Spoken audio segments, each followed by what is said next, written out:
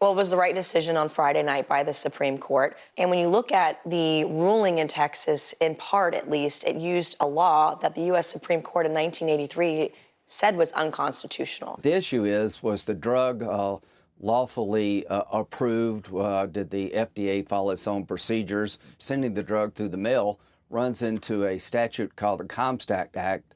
The Supreme Court will sort all this out here in the coming months, and I'll live with whatever decision they make. When Senator Graham is bringing up bills from the Comstock Act, that is literally passed, Dana, in 1873. That is 10 years before the Yellowstone prequel, okay?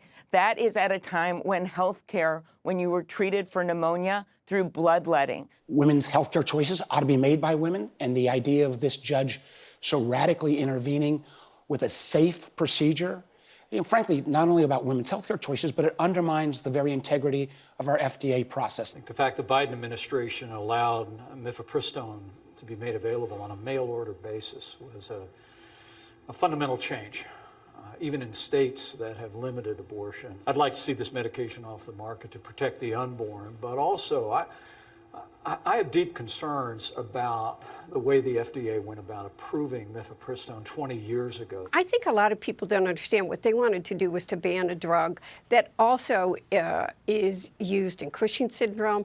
I was a woman that suffered from endometriosis and was trying to get pregnant. It helps fibroid uterine endometriosis. FDA is the scientific agency that is supposed to ensure that patients are safe and study these drugs. As Republicans, we need to read the room on this issue because the vast majority of folks are not in the extremes. We're going to lose huge if we continue down this path of extremities.